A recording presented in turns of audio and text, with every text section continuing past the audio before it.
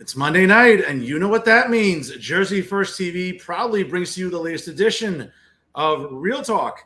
And I am New Jersey's premier award winning journalist, top 100 Latino via the Latino Spirit Online magazine for 2020, 2021, and now in 2022, and also the Garden State's most beloved and factually accurate political commentator. Yes, it's me, Fernando Uribe. Hope you all had a wonderful weekend, ladies and gentlemen. A very wet Monday, to say the least. Hopefully, you're all getting home safely during your afternoon commutes. And again, hope you're all doing well. I want to thank you all for joining us from wherever and however you may be doing so here on Facebook Live via StreamYard and also on the Jersey First YouTube page. Make sure you check out Jersey First TV at their website, www.jerseyfirst.org. That's Jersey, the number one, st.org. Make sure you like Jersey First on Facebook and, of course, follow them on Instagram and Twitter, as well as check out my own Instagram and Twitter, which is the same handle, at NoFilterUribe. And also make sure you like Real Talk on Facebook as well. And certainly, ladies and gentlemen, hey, listen, without you, my loyal viewing audience, the traffic on this show, which is not in the tens or the dozens or the hundreds, in the thousands and thousands of views every single week, it's due all to my loyal viewing audience every single week. So I thank you all for doing that. And a shout out, by the way, to my first place New York Yankees, still with the best record in baseball going into the All-Star break. And we have a little victory tea there after smoking the Red Sox this weekend and sending them down all the way to fourth place. Hopefully they stay down there. And the Yankees perhaps are playing some meaningful baseball come this October. It's a long way to go, folks, as the dog days of summer are still ahead for the Yankees and the rest of Major League Baseball, but we'll soon find out in the weeks and months ahead.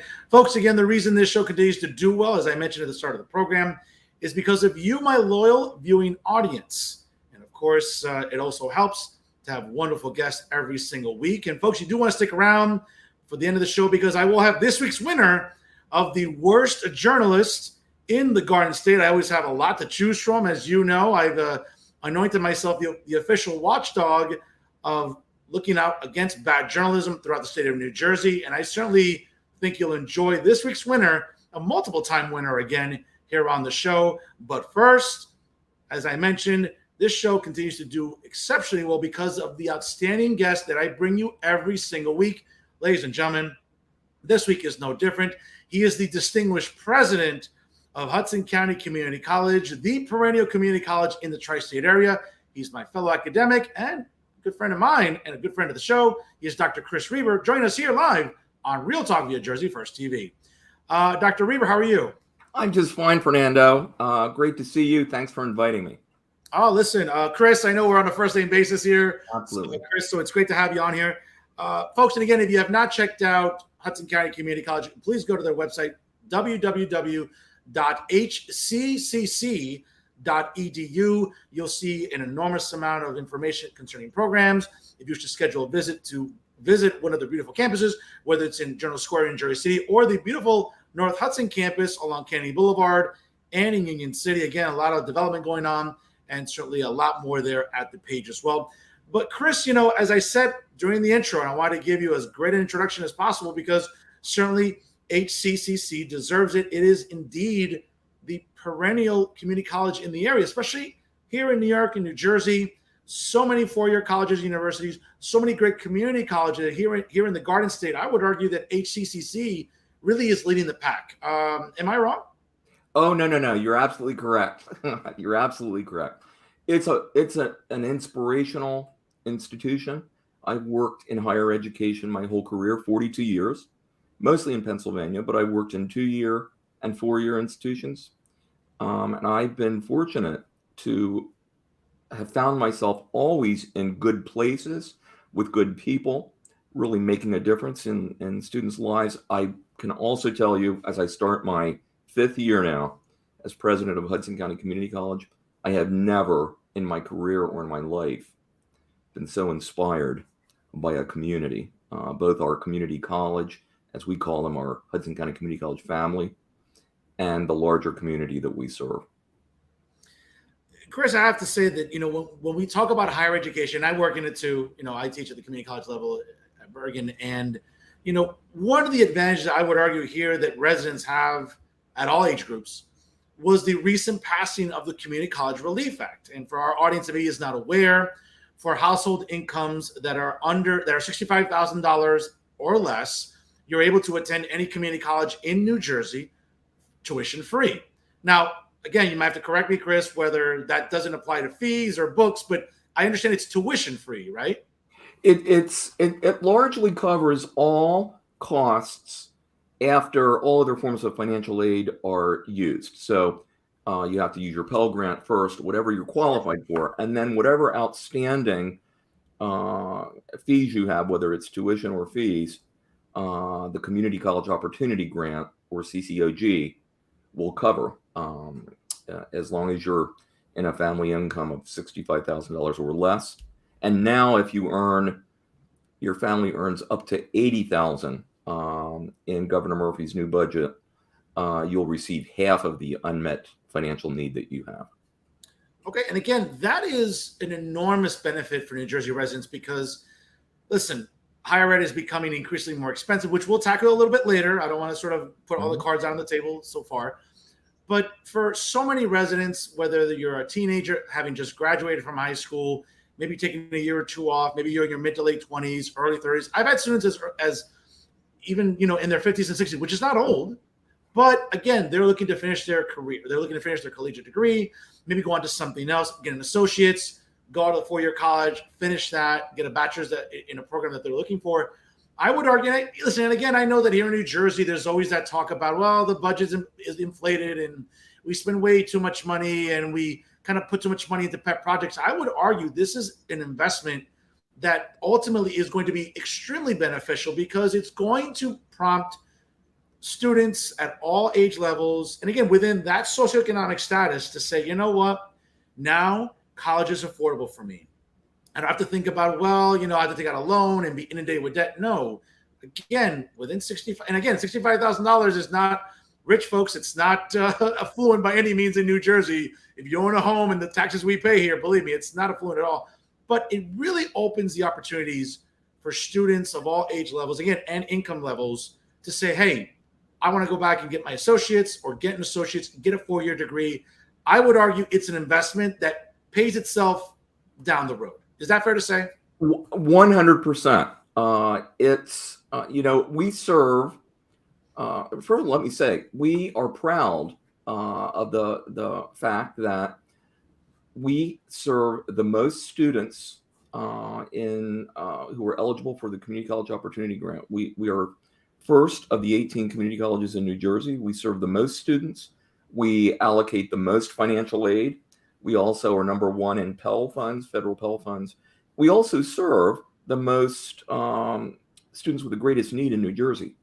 And this is what is so inspirational about the college, and I think the community college mission. We serve 18,000 students a year, 12,000 credit, 6,000 non-credit, doing very high level, often professional development, industry recognized credential training. And among our credit students, 80% are the first in their families to attend higher education. A third of our students start here either not speaking English or speaking English as a second language. And I could go on and on. And when our students come through our doors and ultimately succeed and earn a credential, transfer to a four-year institution, we have students going all the way to a doctorate or entering employment with family-sustaining wages. They are not only realizing their dreams, but the investment that's made that makes it possible for them to succeed comes back many times to government, because we're helping students move from public assistance to taxpayer status. Students who come from very modest, and that's a euphemism, financial backgrounds, to really high-paying jobs. And that seed funding, and that's how I like to think of it, the funding we receive at the local, state, and national level, is repaid in terms of its impact on economic development many times over. It's something we don't talk enough about. Oh, absolutely. You're absolutely correct. And then, folks, if you're just joining us right now, it's 6:12 here on the East Coast on Facebook Live via StreamYard and on Jersey First TV. Join us here this week on Real Talk with Fernando Uribe. He is the distinguished president of Hudson County Community College. The great Dr. Chris Reber here join us tonight. Chris, let me pick your brain on the following, because this is one of my biggest pet peeves about higher education. Working in it, I see it firsthand. I just think that it's a large portion of it. And I don't want to say that, again, I don't want to sort of paint with a broad brush here, but I've just been seeing this trend in New Jersey, I have friends that teach in higher education across the United States. And what really boils my blood is the idea that now colleges and universities have gone from being institutions of learning to just becoming a business. And it's really, I think, put a lot of students and parents in some bad situations. Hudson County Community College is still extremely affordable. If you look at their site, folks, again, check out www.hccc.edu. You can see it for yourself. And again, with the induction of the Community College Relief Act, as you mentioned, the act itself, certainly make it more affordable. But for students that get their associates, like a lot of my students do, and move on to a four-year college or university, we're just seeing, Chris, like, whether it's fees, maybe at times unnecessary fees, or again, just the cost of books. Even now, I mean, we're seeing now that there's an issue where colleges are passing resolutions where if you're not vaccinated, you can't go there. Like my alma mater, Rutgers, is coming under a lot of fire. Even if you're taking online courses and you'll never step foot on campus ever, you still have to be vaccinated. It's like these multi-level problems, I think, are making it really difficult for parents and for students. But more on the monetary side, that's what really bothers me, because I see students, hey, tuition's going up, or books are going up, or a fee's going up. And well, if you don't correspond under the Relief Act, where you can attend community college relatively tuition-free or fee-free, it's still something that could really, really put a burden on households. And I just feel bad for my students. Well, I believe that every part of higher education has a role to play. And I was fortunate. My parents they worked hard. They were able to send my brother and me to small, in my case, a small private liberal arts college, in my brother's case, MIT and Harvard. And we got fantastic educations. However, that is a college mission that serves some students well, but many other students benefit from a different kind of education. And I've become now such a proponent of the community college. I believe, not to become overly romantic here, but it's not lost on me that our college is in the shadows of the Statue of Liberty. Our mission is open access. We don't select our students. We welcome every student who wants to pursue an education and a better life into our doors, and we work with students on a personal level. We consider ourselves on the faculty and staff partners with our students in achieving their dreams. And let me give you a little context. We partnered with the Hope Center at Temple University, which has become nationally recognized for surveying the whole life needs of students in higher education and all sectors. They've identified, through empirical research, approximately half of all students in higher education across the nation experience times of food insecurity and housing insecurity. We surveyed our students pre-pandemic and during the pandemic, using the Hope Center surveyed them.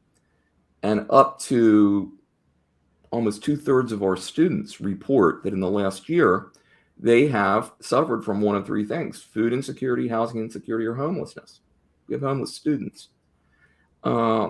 These students have tremendous skin in the game. They recognize that the college education is the gateway to a totally different transformational life. And there is no reason why any student who wants to come to Hudson County Community College should not come for purposes of finances, because we have such an array of financial aid tools that a majority of our students don't spend any money out of pocket for tuition and fees.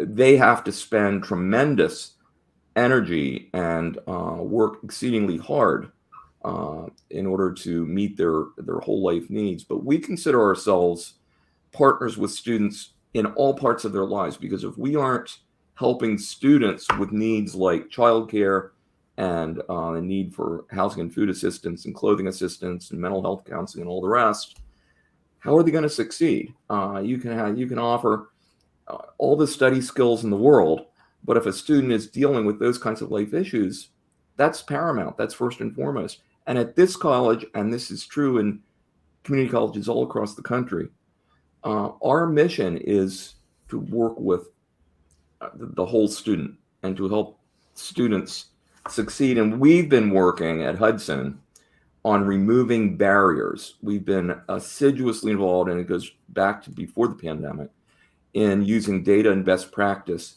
to remove unneeded barriers, like the old, procedure of charging students a $25 application fee.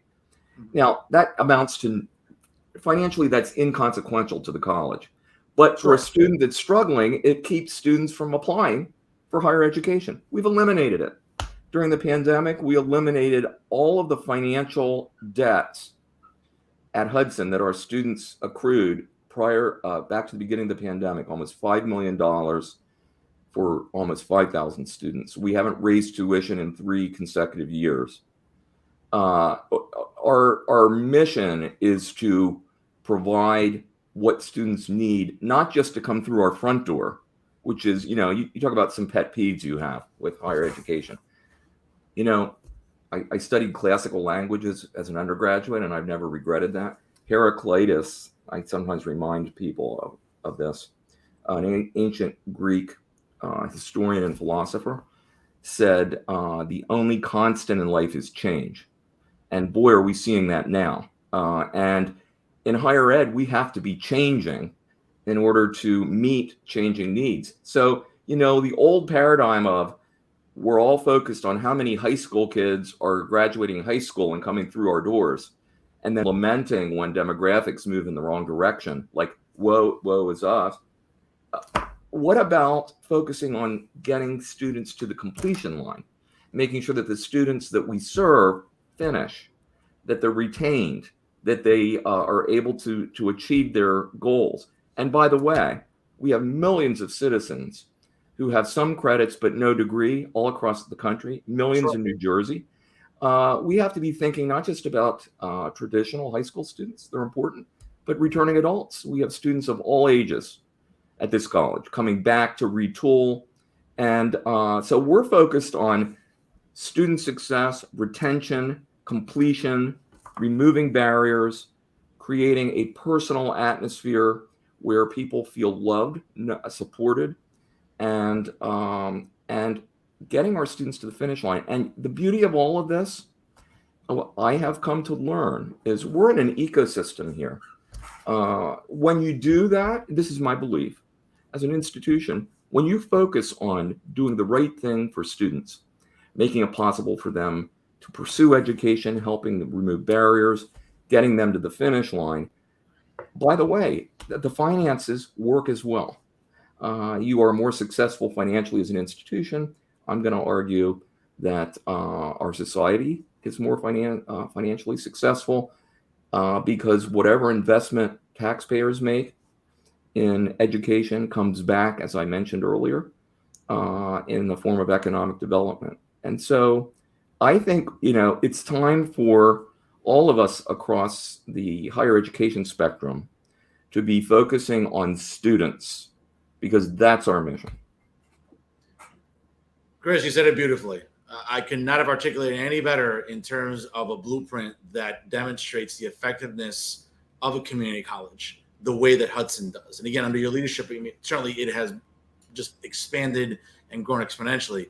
Let me ask you this, though. Speaking of leadership, it certainly was challenged in these last 3 years. Certainly you faced problems, and mountains that none of your predecessors, at least in recent memory, did. And certainly COVID-19 changed our lives forever, especially in education. I mean, I know whether it was having to teach Zoom classes, which I know were at times difficult for faculty all across the board, or trying to help students navigate through a very challenging time, through maybe the loss of loved ones because of the pandemic, having to focus on their studies, mental health issues. Looking back on this, I mean, what are some of the things you are most proud of that Hudson County Community College did during the pandemic for the students, for the faculty, for staff, all the way from the custodian to the librarian to everybody really under the HCCC umbrella? What are you most proud of about what the college did? Fernando, thanks for asking that question. That is, there are so many ways I want to answer it. When in March of 20, when I think we essentially found out on a Friday that we had to shift everything, teaching, instruction, services, physical location, everything had to shift over a weekend to online and remote. I'm not a person that doubts my ability, but I have to tell you, my initial fear was, I'm not sure I'm up to leading us through this. It's daunting. It's mind-boggling. And Chris, and that's okay. We're human beings. I mean, this was a challenge, the most challenging time of this century that I can think of. So, I mean, no one's going to begrudge you that, Chris, because certainly we're human beings, man. But the part of the story I want to get to is, I quickly found out we will get through this together because everyone rose to the challenge. And just like you said, everyone, support staff, facilities staff, faculty, students, every part of our college community just stepped up immediately and began to work together remotely, virtually, to support one another, commiserate with one another. Huge investment in professional development, online learning, technology. We were able to use millions of dollars of federal stimulus funding to do two things. One was we got as much of that money into the bank accounts of our students as we could, millions. And but the second part is we invested in things like technology that are going to pay dividends in the future. We've learned how to do online and remote learning well. Students have learned how to be successful in the learning environment there. We have state-of-the-art technology that's going to open doors of access that we never had before, because everybody can't drive to Jersey City, find a parking place, and spend time sitting in a seat when they have to work and raise kids and take kids to childcare. So we learned there were many silver linings in all this, and I saw silent heroes everywhere. People actually risking their lives. We had people that came onto campus to keep our food pantries open. We had staff that came on campus, they didn't have to distribute free Chromebooks to any student who needed it. We had a huge explosion, really, of investments in what I would call a culture of care. We developed something called the Hudson Helps Resource Center, food pantries, clothing closet, mental health counseling, social workers, graduate MSNW interns from Rutgers and NYU and Fordham and Montclair coming on campus and working directly with students, SNAP funding assistance, and on, all under one roof. We provided emergency funding assistance so that if, for example, a student got a flat tire or had their electricity turned off or they lost a job or had to take care of loved ones that were sick, we provided emergency funding assistance to make sure those weren't barriers to their continuing their education. And so our two guiding principles, overarching principles during the pandemic, were having the safest possible environment for everyone and making sure we did everything to keep students enrolled and to meet their needs, like erasing debt, like going to a pass-fail system if they chose to do that because they had never experienced online education before. And out of all of that, Fernando, came something, it's hard for me to describe, but it's palpable.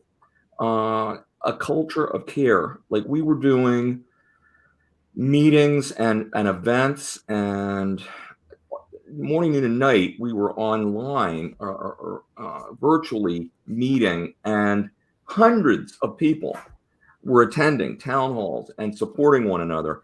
And students began to talk about their experience as one of, you know, when I came here, I wasn't sure I could cope with having to find a way to take classes around all my other challenges. And what I learned in the pandemic is not only is this a place where I can finish and people are going to support me, but it's a place where I feel loved, supported. It feels like, and these were their words. These stories kept using the same words. Students saying, "This feels like family to me," or "This is family to me." This feels like home to me. And out of that came our new tagline, which students articulated. Hudson is home. That's our tagline. You'll see it everywhere. You see it on our vans. You'll see it on our website. And it resonates with people because there is a community here unlike any I've ever seen before. People just respect one another, even when they disagree with one another. And so that's what I'm proudest of. I'm proudest of the fact that in what is hopefully a one-time tragedy that we have all experienced together, hopefully once in our lifetime, out of that came truly the best of humanity, people rising up to support themselves. And I have never been more inspired in my life.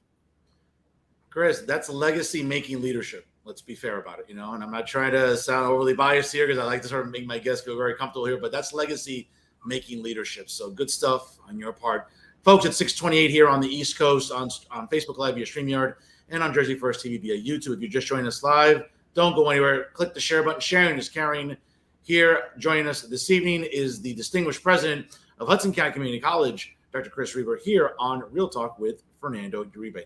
Chris, let's switch gears here for a minute. Let's go back to the college. And since when it comes to programs and academics, I'm sure that every college president looks at the layout, looks at the blueprint. It's almost like you're a sports fan, so I think you'll appreciate this, okay? You're a baseball fan like me.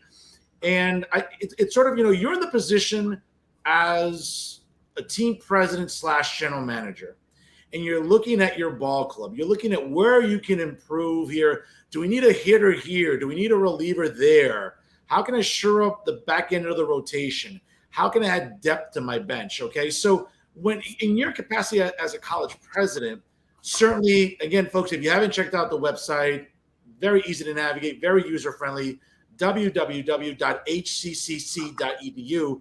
Chris, not to put anybody on the spot, but are there any programs and or departments you would really like to see grow? Like, what is missing from what you are looking at right now at Hudson County Community College? Is it a certain major? I mean, obviously, we have everything from the humanities to the social sciences to the fine arts to nursing. Really, I mean, it is one of the most academically well-equipped community colleges, I would argue, in the state, if not the most. But there's always room for improvement or expansion. Hate to put you on the spot here. I don't want to put anybody who does the budget or the board, the provost, or any of the deans on the spot. But where can Hudson County Community College expand? Where can it afford to expand and grow? So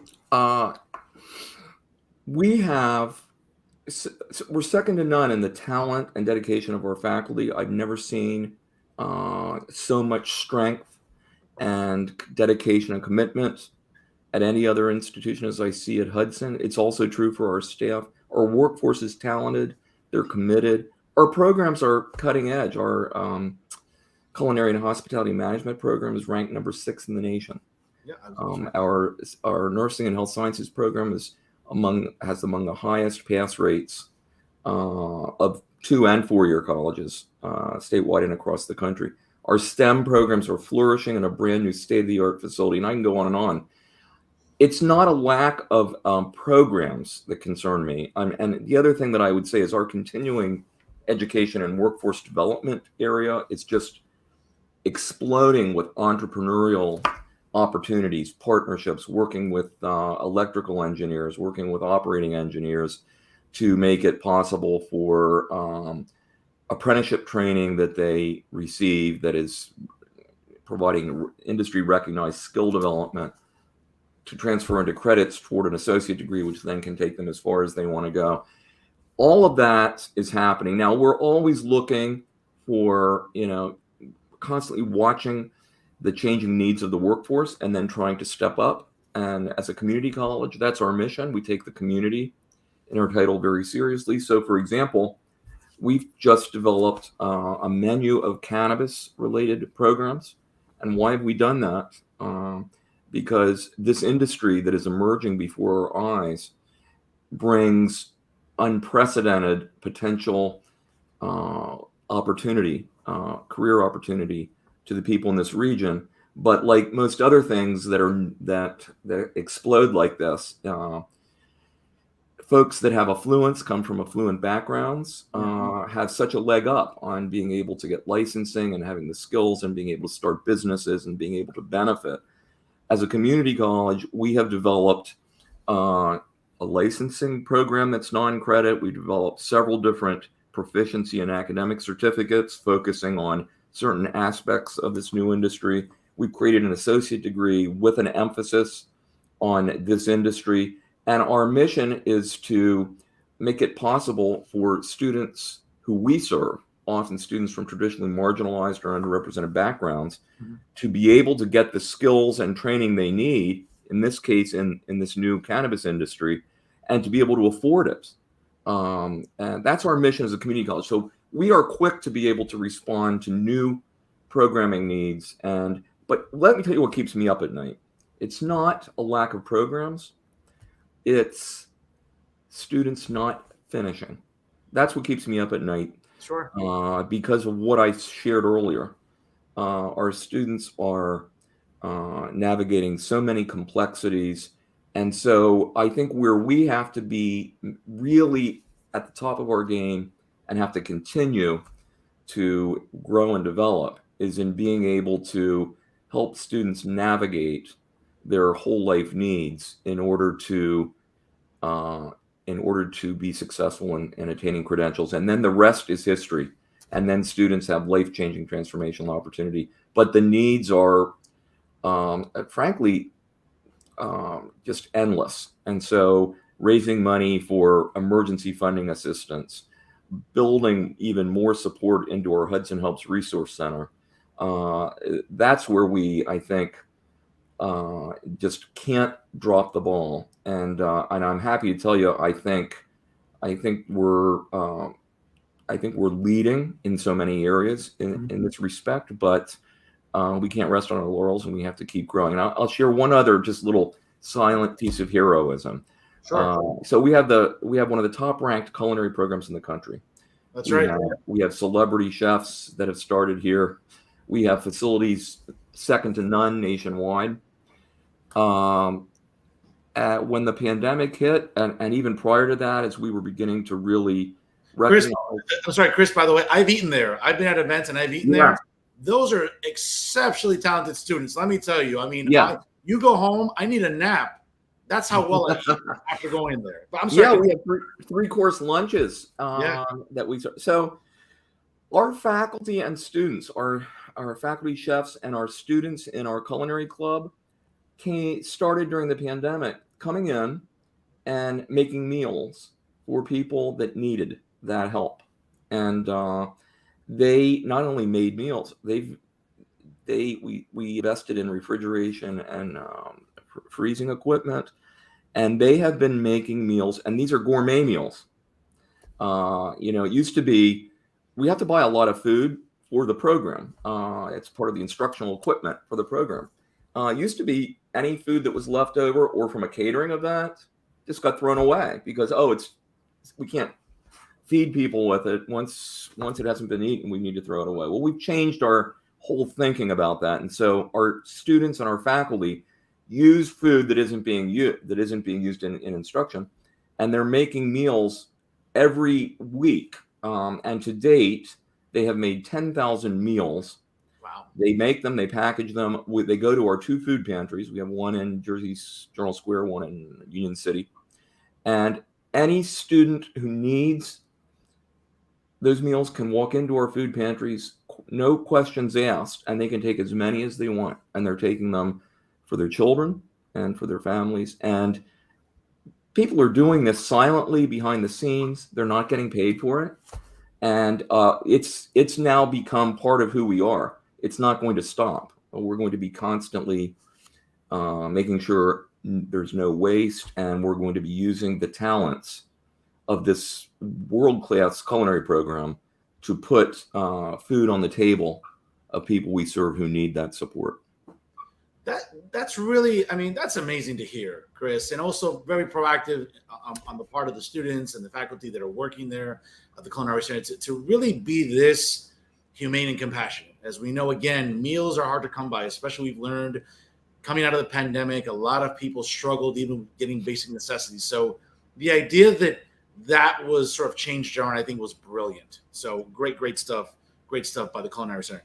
Chris, let me ask you this, because I know maybe it's an issue you've been inundated with in your inbox. And I'm sure I'm not going to be the first person that's ever going to ask you this or interview you this about, but we know that, again, being a community college in perhaps the most densely populated county, not just in New Jersey, but in the continental United States, doesn't go without its problems, especially along transportation lines and parking lines. Yeah. Is there any, realistically, is it possible in the foreseeable future where we could see maybe some funding being put aside for a parking deck in the Journal Square campus and or near the North Hudson campus on Kennedy Boulevard? Or again, it's because it's such a metropolitan area, we're trying to sort of motivate people to, use mass transit more, but I get it. Sometimes people need to drive. Maybe they're dropping off their kids or looking after their elderly family members or whatever, or just coming from work and they just need to park there. Is that something that's realistic where a parking deck and or decks is something we could see breaking ground in the foreseeable future? Or is it just right now not possible because of either funding or staffing problems? Or, I mean, again, explain this to me as someone that's never understood logistics about, running a college in, again, the most densely populated county in the country. This is one of the most challenging things we're dealing with. It's absolutely a need and a challenge and very hard to solve. We're trying to leave no stones unturned, I can tell you, and looking for ways to expand parking access. It's so expensive, however, with so little space to solve the problem, that a major focus for us is partnerships, looking at ways to partner with other organizations that may have parking. We have got some high-rise buildings. I mean, Journal Square's, it's transforming before our very eyes. And there will be parking facilities that will be part of new development. We are already in partnership with a number of institutions. We provide space behind Lowe's Theater. We want to expand that parking space. And we're looking at a whole number of possibilities. But I can tell you, it's tough. It's tough to get that issue solved. No, certainly. I don't want to sort of, try to get any spoilers out there, Chris, but that piece of land right across the street from the North Hudson campus, is that maybe just another building eventually? Or because it's been like that for a while. I know it was like sort of like an empty lot for a while. Is there anything we can look forward to there, or is it, again, still a work in progress? That's a possibility. There are reasons why it's not immediately available, but we're always looking. Right now, we've partnered with PC Richards, and we're actually using some of their parking and are looking to partner with other parking garages in that area. We're actually looking to partner also with some parking spaces that are available in Harrison that we may be able to lease, and even for students that don't live in Harrison, who may want to take the PATH train, park there, students and employees, and then it's one stop away to Journal Square. So we're trying to think outside the box, and also looking to develop an incentive program for carpoolers. Okay, excellent. Chris, one of the things I remember having taught at Hudson some years ago was the idea that the college was really partnering with almost every nearby high school to make courses available there. Union City High School, even as far as Kearney, because I remember teaching at Kearney one time. Yes. Great building there. Shout out to Mayor Al Santos there. He's a friend of the show here on Jersey First TV. But that I would argue that partnership where courses were being held at Dickinson High School, Bayonne High School, Kearney, once again Union City High School. Has there been an expansion of that into other high schools? For example, like Memorial High School in West New York or Hoboken High School? I mean, what's the status, even Secaucus High School? What's the status of that right now? Does it continue to expand? Yes, it's a huge area of growth and priority for us. Our early college program, of course, it was challenged, significantly during the pandemic when high schools weren't in operation. But we have really dedicated leadership, and we offer courses in all high schools in Hudson County. We also are now beginning to work with high schools to expand what we do with them so that students can actually, if they choose, in certain schools, and I think you'll see this expand over time, they can start on a college program with us in grade 9. And in grades 9 through 12, half of the courses they're taking are college courses. And in some cases, our faculty are teaching them. In some cases, faculty in the high schools who qualify are teaching our courses. And they can graduate high school with an associate degree.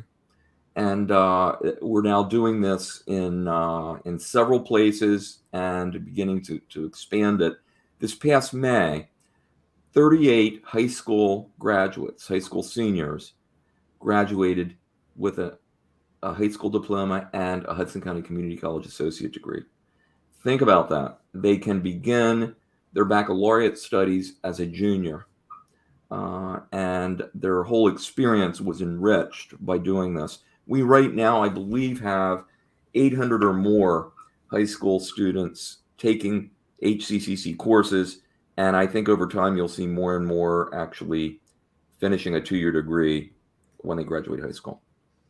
That's amazing. And again, it's really, it adds to the testament of the college and how willing they are to expand, to work with local high schools, because again, this is where you're getting the bulk of enrollments and students that maybe, before again, the Community College Relief Act weren't as motivated to go to college and get an associate's. But guess what? Now that they're getting sort of, a taste of college level coursework, that they're doing it as seniors in high school. It sort of reminds me about, taking AP courses when we were in high school. It's like, hey, you take an AP course because you want AP credits. So when you go to college of the choice, hopefully, you have that under your belt buckle. And I think I would argue this has been probably one of the best dynamics of HCCC in the last decade or so, to do this, to be able to motivate the high schools to work with the college and vice versa, and really get the students engaged as much as they are. Speaking of student engagement, it's something I really want to talk to you about, Chris, because I see it with students that go to community colleges. I've seen it, I've taught at 4-year colleges and universities. And again, this is not to sort of, throw shade at 4-year college and or university students, but I just get a sense that community college students are so much more invested. I mean, they need to do well. They need to get that good grade. Otherwise, whether it's instant decision day, which I know HCCC does a lot of those, right, at the college fairs, obviously, career days, the idea that, hey, they need to do well. They can't just slack around and just be very apathetic or lackadaisical. They need to do well. They need to get that transcript really, really sharp to make sure that they stand out as someone that a 4-year college, whether it's Rutgers, whether it's Montclair State, and as you mentioned, even Ivy League colleges, the universities will say, you know what, this is a candidate that we want. So I've always looked at community college students as they're very motivated, they're very engaged, whether it's an 8 a.m. class and maybe they're exhausted, they're asking questions. They're involved in class, they're interested, or it's the 8 p.m. class. I've just always gotten the sense that community college students, it matters more because at the end of the day, they have to stand out with their transcript, with their, not portfolio, but their profile. Because again, colleges and universities look at this And I would argue that four-year college students, and again, yes, they're there, they want to get education, but I've taught at them. I know the student body there. I know the student body at community colleges. It's vastly different, Chris, as far as I'm concerned. I mean, is that fair to say? 100%.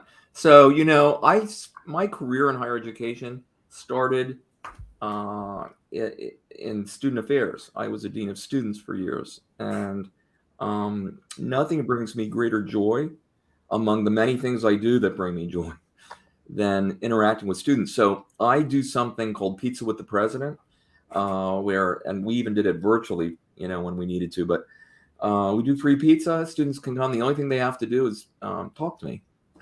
And it's an opportunity for me, and beyond Pizza with the President, that's one way that I try to get out there and talk to students. But I believe it's important for me to be really involved in the life of the college. So I'm attending events. I'm interacting with students all the time, and they tell me their stories. And that's what you have just said is absolutely spot on. Our students are so grateful for the opportunity, but also so very serious about what this college education means to them, to their families. I have never seen students with more grit and perseverance. By the way, I've never seen brighter and more talented students either. They have tremendous life experience that just enriches our whole college community. So we, contrary to some of the stereotypes from long ago that still linger about community colleges, we have a huge, broad spectrum of students at all age levels. We have a lot of parents and sons and daughters graduating together. We have a third of our students are over the age of 25. We're 87% non-white. We have every kind of ethnic background, and I can go on and on. And our students are committed and immensely successful. So when they're able to complete, and it's always an issue of removing barriers, learning English to a level of proficiency to be able to graduate, when they leave us, they transfer to Ivy Leagues, to Research One universities. They go on to really successful careers. We have a very robust and growing honors program. Some 200 students now are HCCC honors students. We have the most dynamic academic student organization I have ever witnessed in my career. It's called our Phi Theta Kappa Honor Society. Our students are in that organization are earning scholarships and doing community service. And there's probably the most prestigious scholarship opportunity in the nation is an annual scholarship funded by the Jack Kent Cooke Foundation. This is a foundation that raises money specifically to support community college students who are academically successful and are wanting to go to often prestigious, expensive four-year and graduate institutions. And there are 75 approximately students nationwide every year that earn a Jack Kent Cooke fellowship. It funds 100% of their junior, senior year, and graduate study for a period of, I think, 3 years for the bachelor's and then graduate study, $75,000 to $100,000 a year. You can imagine how competitive it is among community college students to apply for and get that. For each of the last 3 years, we've had one of those 70 or so Jack Kent Cooke scholars at Hudson County Community College. And last year we had 2 out of 70. And right now, one of those is on a free ride at Columbia and one's on a free ride at Princeton. And we have a lot of examples like that. And many of these students, by the way, come to us through our Educational Opportunity Fund, which is for students that really are financially challenged, and they wind up going to Ivy League schools. And watching this happen and the impact it has on their lives, their kids, everybody they touch, if you think about it, I can get goosebumps doing this, but when a student comes to Hudson County Community College, first in their family to get a college degree, navigating all of the challenges, raising kids, taking care of parents, graduating, going on for a bachelor's degree, all the way to a doctorate in many cases. Think about the multi-generational impact of the success of that student as they raise children, as they serve employers, as they become active in their communities.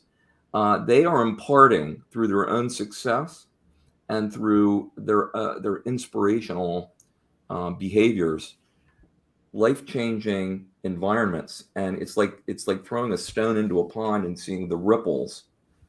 And so, I've many times recognized how fortunate I am to be working in a profession that changes lives, that is inherently focused on such transformational opportunity for students, their families, and the community. Chris, I have to say, this has been one of my favorite interviews this year so far. I mean, this has been as thorough and educational as I can imagine. As I told you, as I was looking forward to, because it really helps to highlight the importance of higher ed, especially at a local level, especially with a college like Hudson County Community College that continues to expand, that continues to get incredible name recognition. And certainly, with your leadership, it has certainly done that. Let's line up the mood just a little bit, Chris, before I let you go. I know you've had a long day. You've been a gentleman to come on with me as long as you have. We're almost approaching an hour here, folks. It's 6:50 here on the East Coast. And we're about to wrap up with the distinguished president of Hudson County Community College, Dr. Chris Reber, here tonight on Real Talk with Fernando Uribe. Chris, I know you're a big sports fan, and I know we talked off the air. You're a long-suffering Cleveland Browns, Indians / now Guardians fan.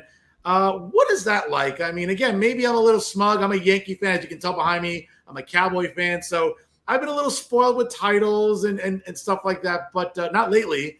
But for a Cleveland fan like yourself, I mean, you're dedicated. Hey, you're loyal. You have to be loyal to really, really keep on with Cleveland sports. It seems like you're doing just that. Take us a little bit back into maybe some of your favorite memories as a Browns fan. Maybe there aren't a lot, maybe, but Indian / Guardians memories as well. What keeps you a Cleveland fan? There's a parallel here to what I get most passionate about in education. For whatever reason, I have always tended to gravitate toward maybe the underdog or toward folks that don't have everything given to them and have to work extra hard to succeed. And it's interesting you'd ask this, Fernando, because my only sibling, my older brother, has been a lifelong Yankees fan. We grew up in South Central Pennsylvania. I don't even know how he became a Yankees fan, but since he could talk, he was a Yankees fan. He still is. And I once said to him, so what happened to me is I wound up early in my career working at a community college in Cleveland, Ohio, Lakeland Community College in Mentor. And at that time, this is in the 80s, the Browns actually had a star quarterback, Bernie Kosar. Yes, Bernie, that's right. Late 80s, that's right. They trained at Lakeland Community College, and that's when I got interested in them. And they almost went to the Super Bowl twice. We won't get into that. It was a tragic, but at the end of the fourth quarter, both times they just lost to the Broncos. But I got excited about that, and then started going to Indians games. And the Indians, the Guardians this year, and typically throughout Major League Baseball, they often have the near lowest or lowest payroll. Yeah. And they have the youngest players. Right now, the Guardians are the youngest team in baseball. And yet they have, through their farm system and through doing everything they can to develop young players. In my lifetime watching them, they've gone to the World Series 3 times. Yeah. Lost all 3, 2 of them in the bottom of the 9th inning in Game 7. But I once said to my brother, so Steve, how can, and by the way, this is before I lived in this area, okay? How can it bring you such satisfaction to always be rooting for the team that has the highest payroll? Money's no object. They have the best talent. And he said, because they win. And so, we keep having this rivalry. I went to see the Guardians at Yankee Stadium earlier in the season, and my brother wrote to me when the Yankees won and let me know about it. But I think I'd like to support the underdog when I can, and one of these days we're going to go to the World Series. But I want to say this year I'm really rooting for a Subway Series. As am I, and I think we could, if both teams stay healthy, I think it'll be a very interesting October.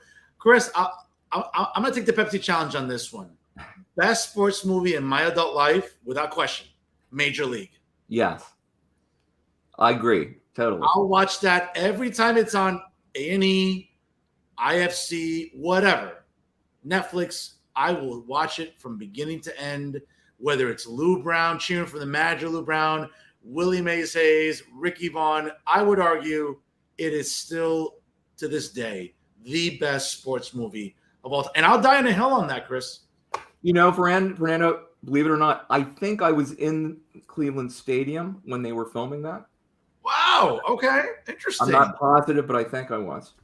And I have to tell you, that was the only time that when I watched it, because I remember watching it in the theater, and then every time I watch it at home, and I'm a diehard Yankee fan, it doesn't bother me when the Indians won at the bottom of the ninth and they beat the Yankees. I'm like, you know what?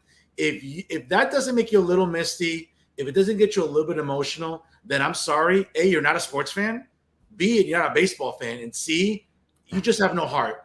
That movie captures your heart because you can feel the player. You can feel the city of Cleveland saying, oh, my God, we did it. I'm sorry. Best sports movie of all time. But sure, absolutely. Chris, before I let you go, I want to thank you for your time. I mean, you've been a gentleman. I feel this has been one of my best episodes of 2022. I think we talked about a lot, really, to discuss everything from the pandemic to the advances that Hudson County Community College continues to excel in. I'll make sure to send you the link of just this interview alone, because I'll have another segment after this. I'll make sure to send you the segment of our interview as soon as it's available tomorrow from my producer. If you could share it and really plug it, I'd appreciate it. I think, listen, this was it, folks. For everyone who's just tuning in at home, this has been perhaps one of the most insightful and educational interviews you'll ever see this year in New Jersey Media Anywhere. And, of course, it's due largely because of my guest here tonight, the distinguished president of Hudson County Community College, Chris Reber. Chris, I'll give you the last word here tonight. I just want to say thank you, Fernando. This has been an absolute delight. Dr. Uribe, thank you for having me here. You're very kind. And to our viewers, if you're interested in pursuing the possibility of an education, give us a call and let us talk to you and see what we can do for you. Again, folks, visit www.hccc.edu for whether it's the culinary arts, social sciences, languages, nursing, humanities. Hudson County Community College has that and much more. Check out their website. Make sure you like them on their pages on social media. And Chris, I'll hit you up later this summer before the semester, because I know once September comes, I won't be able to reach you. You're going to be a busy man. So I'll make sure to get you back on the show. And certainly I want to thank you for being a fan of Real Talk via Jersey First TV. Thank you, Fernando. Have a good night. Thank you, Chris. Folks, again, that's a great show tonight here with the distinguished president of Hudson County Community College, Chris Reber. Certainly, if you're just joining us now on the broadcast, you can see the episode in its entirety once we're off the air, and certainly on the Jersey First YouTube page. And certainly, extremely insightful as to all the advances that Hudson County Community College continues to excel in, and really continues to be the perennial community college, what I would argue, in the tri-state area. Again, visit them at www.hccc.edu for more information on courses, programs, if you wish to visit the campus, whether it's in Journal Square, whether it is in the North Hudson campus, in Union City, right on Kennedy Boulevard. Check it out, ladies and gentlemen. Affordable, accessible, and really just, it's there. It's what it says in the name. It's a community. And that's what Hudson County Community College does, again. And certainly the leadership of Dr. Reber has been extraordinary, folks. He's been through a lot of stuff through the pandemic. Again, it's something you don't wish on anybody. You want to talk about getting leadership tested. Well, he's tested and he's checked off all the boxes for the community within HCCC. So it's great to talk to him tonight and really get some insight as to what the college has done under his supervision and what it'll continue to do for years ahead. Because again, folks, it's academics. It's a tough business, and never mind being a faculty member, staff, whether you are teaching, whether you are an administrator, whether you are working in the library. Again, great library, by the way. If you've gone to the campus in Journal Square, actually the one in North Hudson is exceptional too. But if you go to the one in Journal Square, man, it is a very, very extensive library. A lot of services there for students. I mean, listen, they do not go for anything in the sense of without when it comes to the amenities and services available to students there in the Journal Square campus, of course, in North Hudson.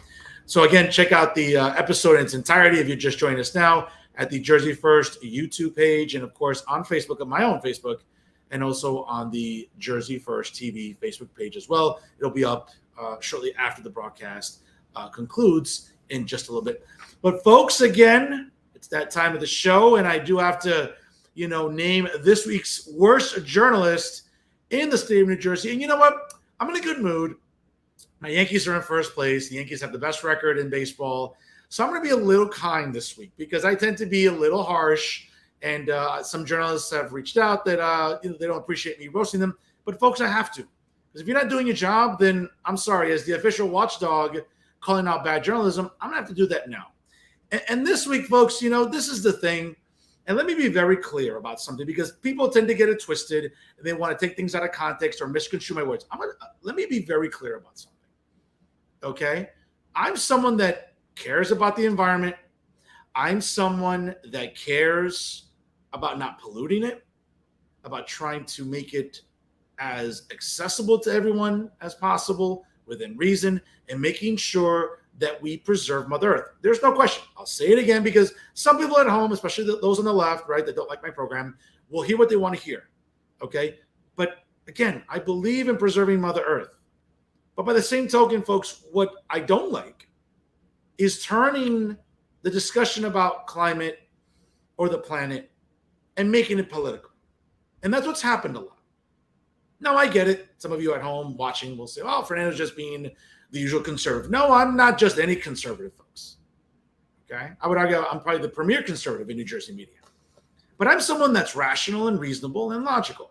But what I don't like is exploiting and playing political games for the sake of advancing a narrative. Okay? Now, I'm someone in his 40s. Now, I haven't been alive as many others at home watching. Okay? But what have we talked about when it comes to climate? 4 decades now. Okay? What have we been talking about? We've been talking about things that have gotten away from science and into the political. Right? In the 1960s, what did we hear? Right? We were climatologists and scientists alike talk about the fact that oil and petroleum will be gone in 10 years. Spoiler alert, that didn't happen. Okay? In the 1970s, what do we read about? The hysteria about the Ice Age. Another Ice Age is coming in the next 10 years. Well, I look across the Hudson, I don't see any polar bears or any icebergs anywhere near the Hudson. The 1980s, what did climatologists and scientists alike, some, not all, talk about when it came to climate, right? Or at the time, global warming. Oh, acid rain is going to destroy all the crops in the next 10 years. Folks, that hasn't happened. Okay? We've continued to reproduce at an exponential rate. We've been able to mass produce food, so that has not happened. Right? There's been advances in science, right? In food science when it comes to creating food. But the idea that acid rain would destroy all crops on the planet in 10 years, that hasn't happened. Here's a doozy, folks, because we heard it, right, from a former vice president and from people that, again, subscribe to the narrative of global warming. In the 1990s, we heard that the ozone layer will be destroyed completely in 10 years. Okay? That didn't happen, folks. Okay? In the early 2000s, the polar ice caps will be gone in 10 years. Okay? Here's a news flash for all the climate hysterics out there. None of this happened. I'll repeat again.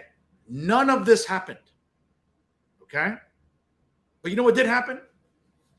We moved away from science into politics and taxation. That's what we moved into. Okay? And of course, leading the way, to no one's surprise, okay, is Insider NJ, because when it comes to bad journalism, that's what they excel in. And I'll get to the individual members of the Lollipop Guild in a moment. But Insider NJ and its journalists, right, and I use that word really loosely because it really doesn't fit here. They've gone from being journalists to full-blown propagandists. I'll say it again. The Lollipop Guild and Insider NJ has gone from being journalists, like yours truly, to full-blown propagandists. Okay? Let's start with one of my favorite. Okay, actually, we'll get to Al in a minute. Let's get to Bobby Hennelly. Who, by the way, Bob, you know, if anything that I said in weeks that I've named you, if anything's been factually inaccurate, well, you know, there's something called email or phone. It's easy to get my phone number. You can contact Pete O'Nelia, which I'll get to him in a minute. But the idea that when you start blocking people because you don't like getting tagged, because you're getting called out on your propaganda, see, that's not cool. See, I expect that from little bitches like Jay Lassiter. Okay? Yes, I called him that because that's what he is. But I don't expect that from you, Bob. Right? You know, you pride yourself on being this accomplished journalist. Well, if you're being called out on things that you're not supposed to be doing or being factually inaccurate, then be a man and step up to the plate and answer it. But blocking people on social media, it sort of reminds you know what it reminds you of, folks?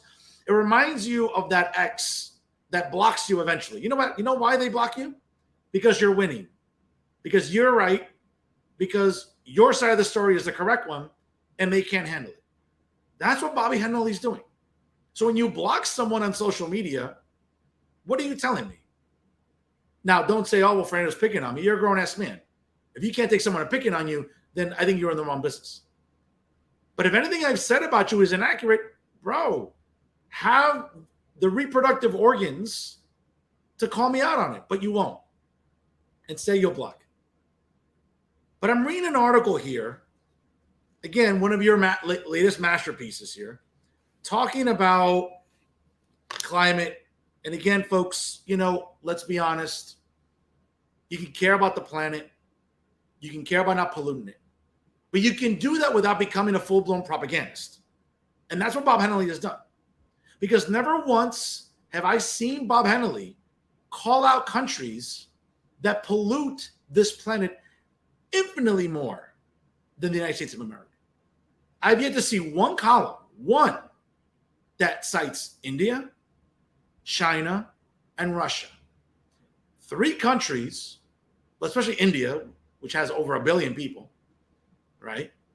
And China also having over 1 billion people. And Russia, I'm not sure exactly what the population is, nor do I care. But the point is that these are 3 countries that pollute the planet worse than we ever do.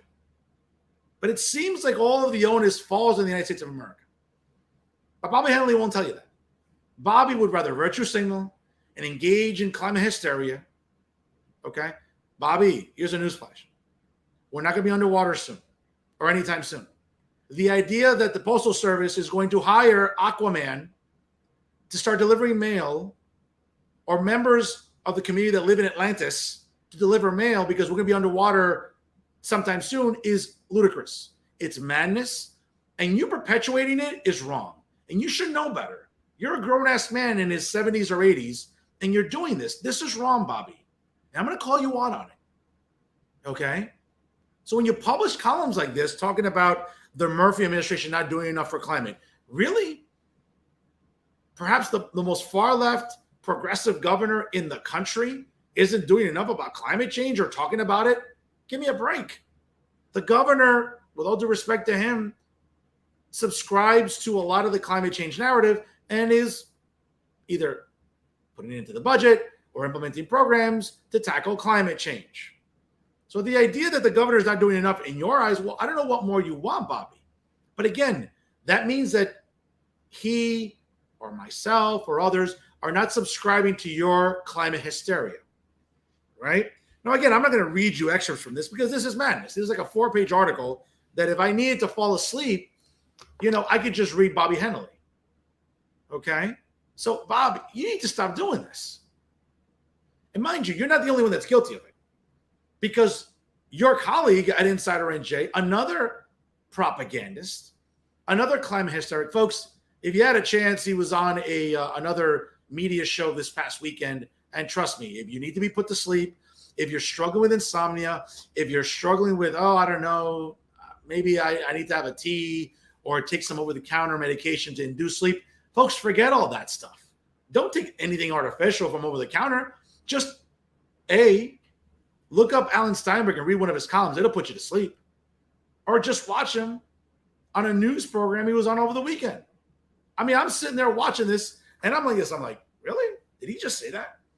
And then within a couple of minutes, I'll just be like, that's what Alan Steinberg does. That's what Bobby Henley does. They want to feed this narrative about this apocalyptic doom that's pending. Folks, that's not happening. Now, again, let me be very fair. I care about the planet. I don't want to pollute it.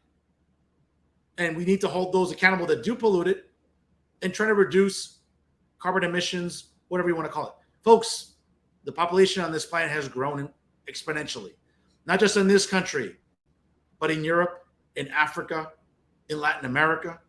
People are reproducing. So my question to Bobby and Ali are, well, wait a minute. Do you want to just tell people to stop having kids? Do you want families to stop reproducing? Do you want humanity to die out? Again, folks, this is inevitable. Okay? People are going to reproduce. Okay? Biological women, okay? Not whatever. Biological women are going to reproduce with men. Okay? Should we just stop having babies, Al? Should we just stop having babies, Bob? Should we not hold other countries accountable? Like India, China, and Russia, who again pollute the planet worse than we do. Yes, we need to be held accountable too. But right now we have a president in the White House, when he's awake, that loves to push the climate change narrative, that wants to shove the Green New Deal down our throats when we all know that green technology has been very flawed. Okay? The idea that we can drill domestically here on this continent, but we have a president in the White House who chooses not to because he has to appease the far left, audience in his party. That's not leadership. Okay? Now, Alan Steinberg will call it leadership because, again, he's delusional, and I feel bad for Al, for a guy in his mid to late 90s that clearly is cognitively declining. Because, folks, if you have eyes and you read and you understand things fundamentally, you know that the allegiance to this president is flawed. You could drill it. You don't have to jump on Air Force One, folks, like Joe Biden did, and go across the Atlantic to go beg the Saudis for oil. We don't need to do that. We can drill here domestically. But the president does not want to. The president would rather appease all of the Green New Deal and the climate hysterics in his own party to make sure that we don't drill domestically. Okay? When there have been years when we've been self-sufficient when it comes to petroleum and crude oil. Folks, here's a little bit of a lesson here, okay? Dr. Uribe, Professor Uribe is going to hold class. It's summer, but let's have a brief little session of summer school, okay? Crude oil, petroleum, it's not just about filling up your cars, about going down the shore to visit family or go to the beach or take road trips, okay? Petroleum, crude oil is also responsible for an unimaginable amount of products that we use on a daily basis. Okay. Is that possible with wind and solar and electric? No. I love people like Alan Steinberg and Bobby Henley that'll preach to the sky about, well, you know what?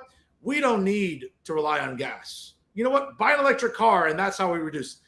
Listen, to someone like Alan Steinberg, who's in his mid to late 90s, who's sitting at home collecting a nice pension or two, probably. Bobby Henley, who's probably, again, in his 70s or 80s, collecting a pension, retired. Yeah, it might be easy for you to say to go buy a $50,000 car, an electric car. But that's not the case for working class people, folks, especially in this economy where inflation is at its highest since Gary Coleman was starring on Different Strokes. Okay? That's really early 80s. Supply chain demands are still an issue. Gas is still high. Folks, don't be fooled by this nonsense from Bobby Henley and Alan Steinberg. Gas has gone down 10 to 15 cents. It's still in the $4 range. Okay? That's not great for Americans. Okay? It's just not. It's still suffocating working class people. But Bobby Henley and Alan Steinberg don't care about that. They're not working class. They're retired class. They're living on a nice fat pension. So what do they care? They'll continue to push this irresponsible leftist narrative.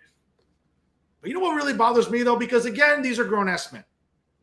But the worst thing is when you have other grown-ass men in their 70s enabling people like Alan Steinberg and Bob Henley. Yes, the Insider NJ editor-in-chief, Max Pizarro. Okay, my favorite horse rider in New Jersey.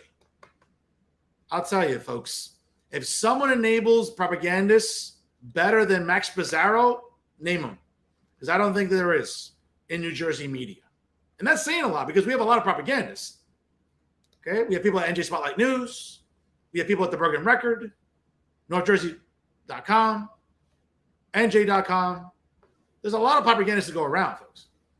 But this is where Insider NJ does a disservice to you by giving a platform to climate hysterics like Alan Steinberg and Bobby Henley, who have the audacity to go on television or go in front of a microphone and say that doom and gloom is coming. No, it's not, folks. So shame on you, Max. Not that you have any shame. I mean, look at you. Okay. But the idea that you enable propagandists like these two, right, fellow members of the Lollipop Guild, is pretty disgraceful. Okay?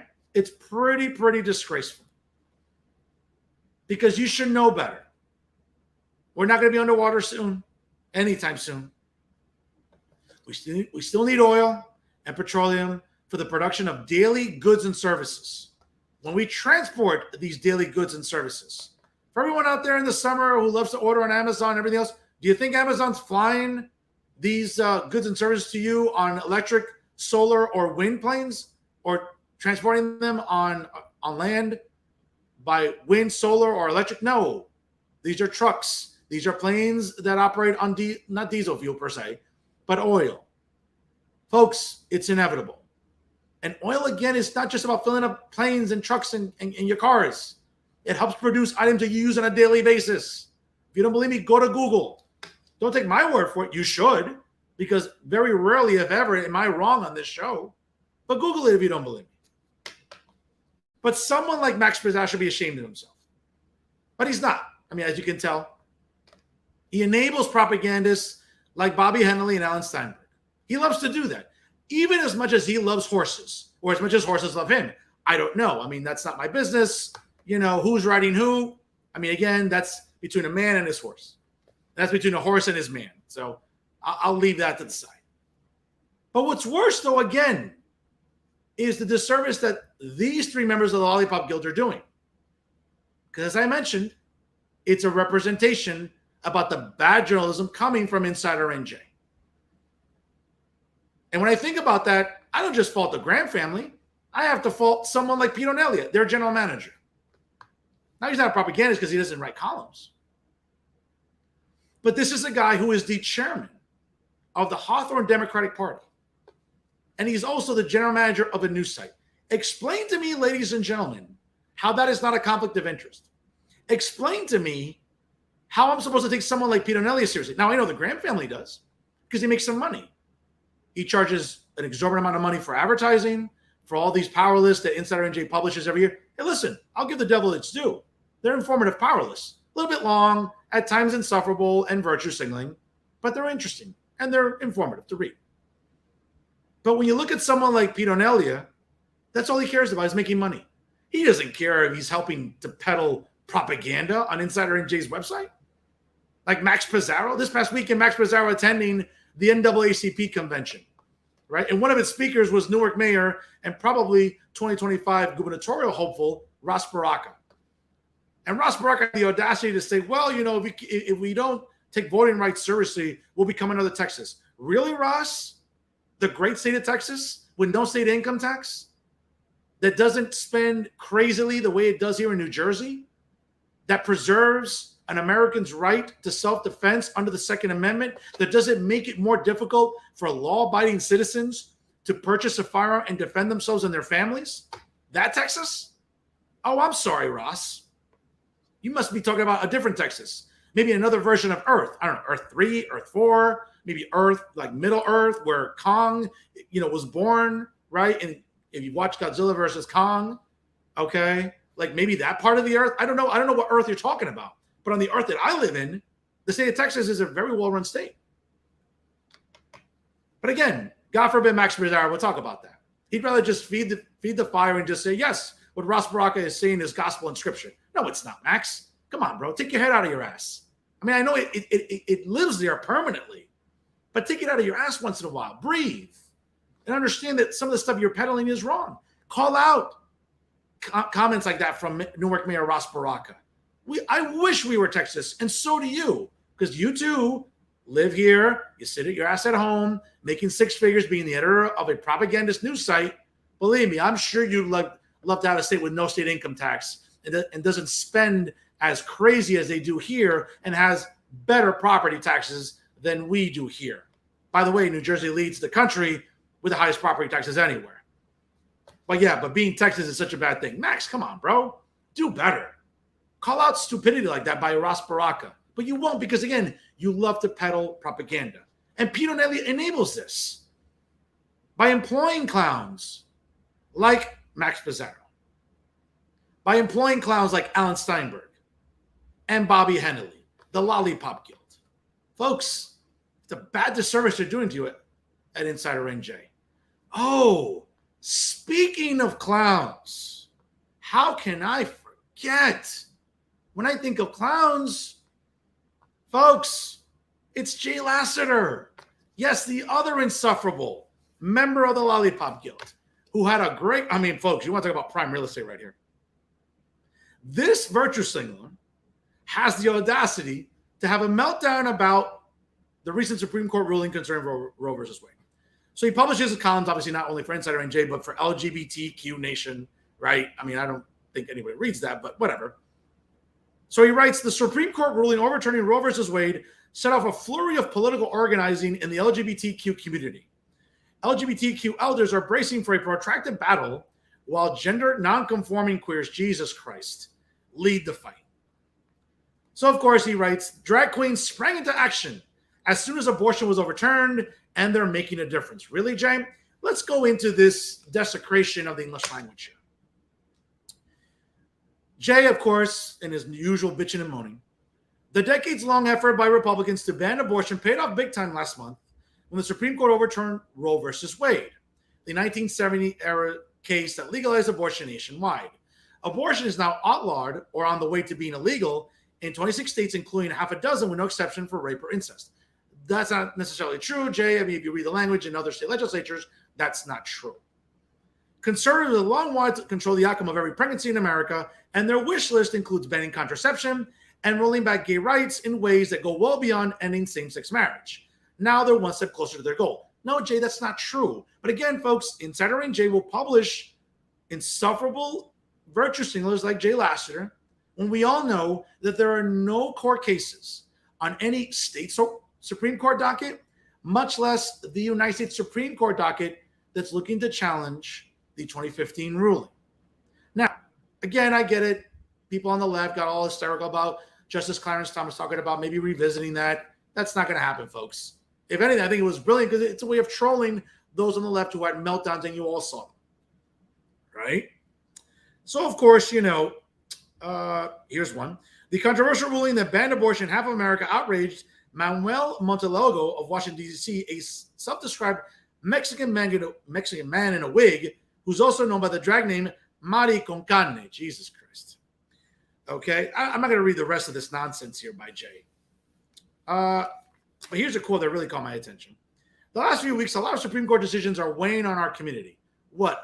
The ability to protect yourself with reinforcing the Second Amendment?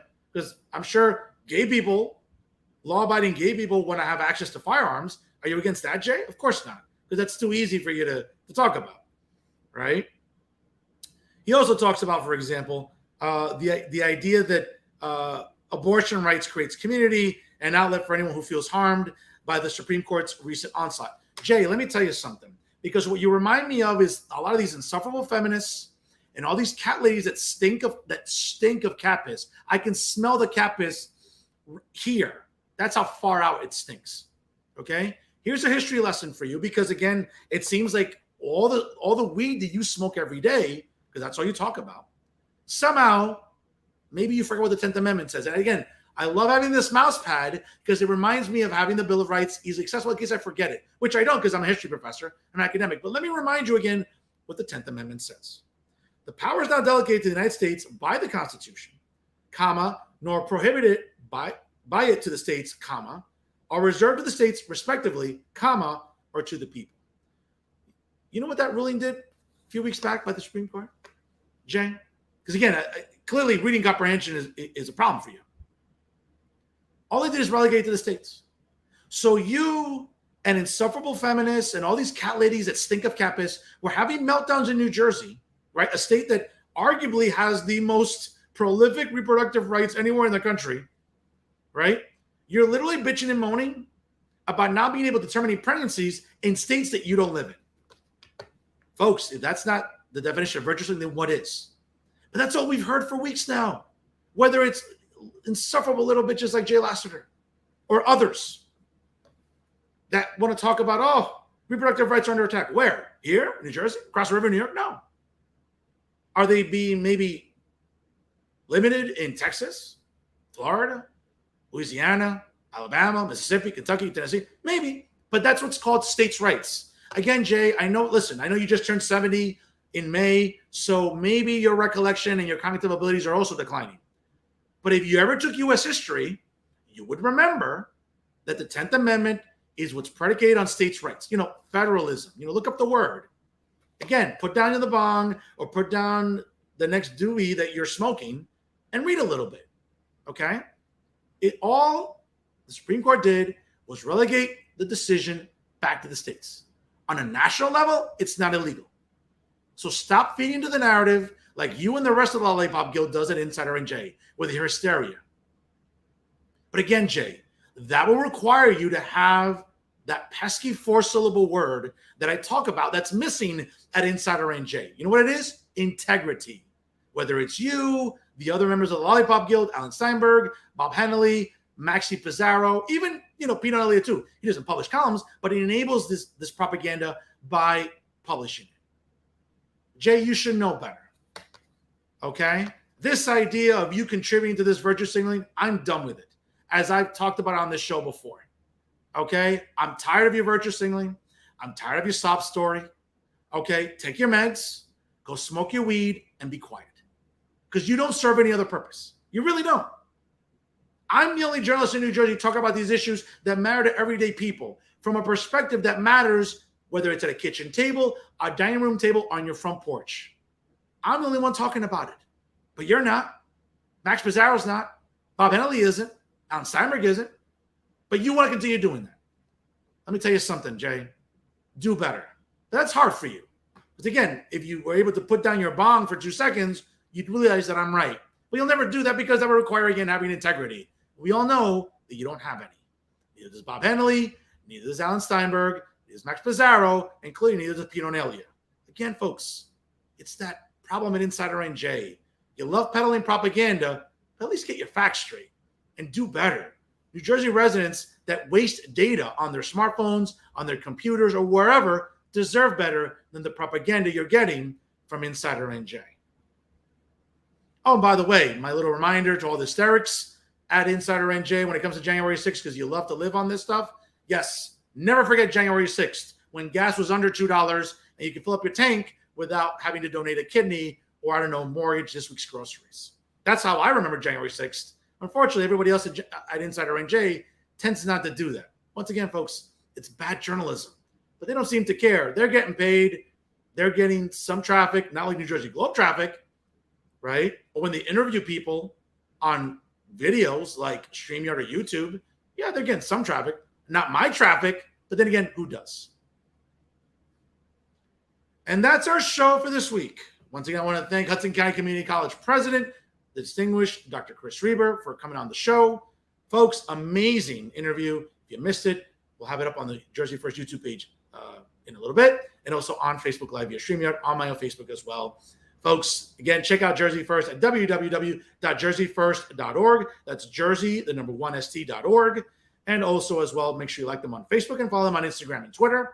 And of course, ladies and gentlemen, make sure you like this show on Facebook and also follow me on Instagram and Twitter as well at NoFilter Uribe. That's at NoFilter Uribe. Always remember, ladies and gentlemen, if it's unbiased, unfiltered, and unafraid, it's always real talk right here on Jersey First TV. I am New Jersey's premier award-winning journalist, Top 100 Latino via the Latino Spirit Online magazine for 2020, 2021, and in 2022, and certainly the Garden State's most beloved and factually accurate political commentator. Yes, it's me, Fernando Uribe, saying so long, ladies and gentlemen. Have a great rest of your week. Sharing is caring. Share the episodes when you can. And as always, thank you so much for watching.